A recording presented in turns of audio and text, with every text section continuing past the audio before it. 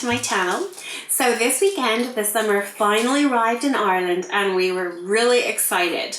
And because we have absolutely no idea how long it's going to last, we decided to throw a really quick impromptu barbecue on Saturday, and we only decided late on Friday night. Partially because some of our friends invited themselves to a barbecue, but sure, hey.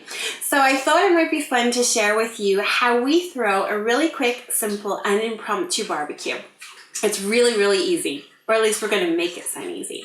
So the first thing we do is we decide on our theme and our menu, and we really take into consideration, especially for an impromptu barbecue, what we already have in the house in terms of food and also in terms of decor as well. And decor can be as simple as just like fancy paper plates, so you don't have to go crazy. The next thing we do, of course, is invite our guests. And we just had our two best friends come over and they brought their kids with them as well. So there was really just the 6 of us, so really small, really intimate, but still loads of fun. The next thing that we do is we prepare like a to-do list and a schedule of what we need to do on that day.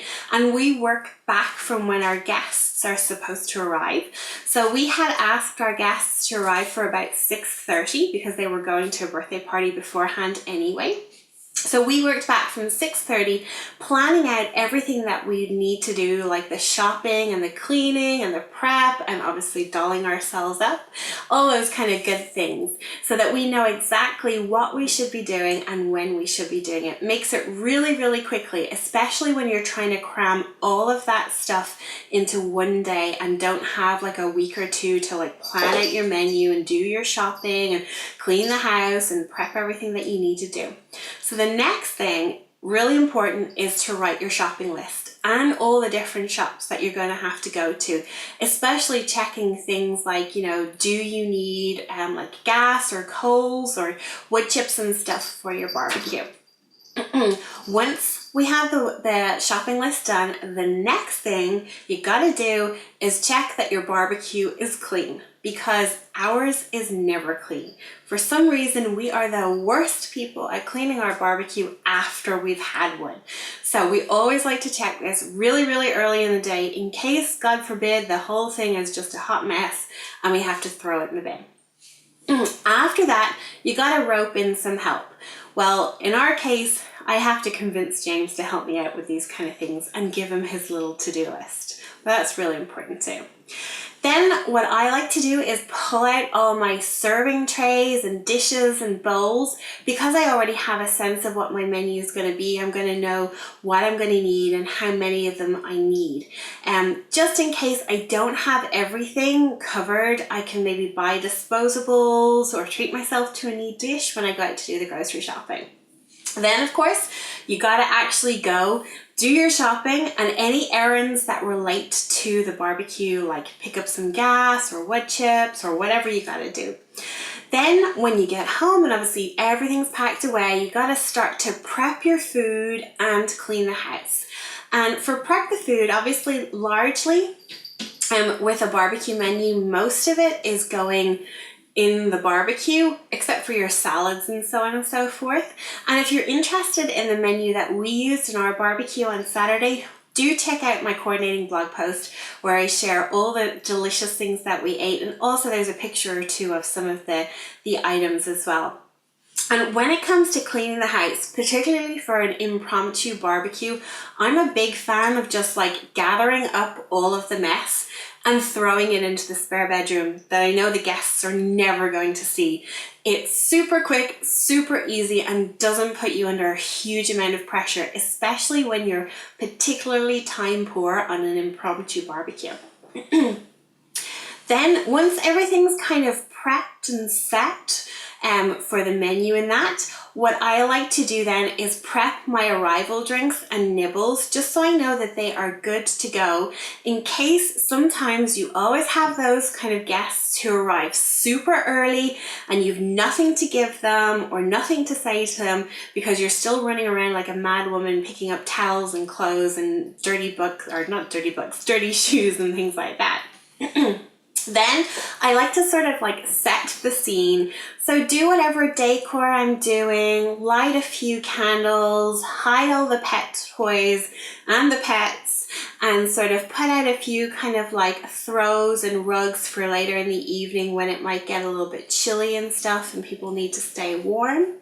And then of course it comes close to the time where you want to light the barbecue. And of course this will play a little bit into your schedule. You need to leave plenty of time so that the barbecue is obviously ready to take the food.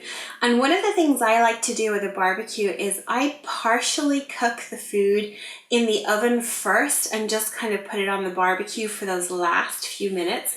It sort of takes the pressure off, and it means that you, especially if you're having a lot of guests, you can kind of cook things in batches, so you can have stuff on in the oven and that transfers out to the barbecue. It also means that if a whole lot of people arrive all together at once and you're trying to feed like masses and masses of people at one time, you can actually sort of cheat a little and give some of the people the oven stuff once it's cooked through, of course.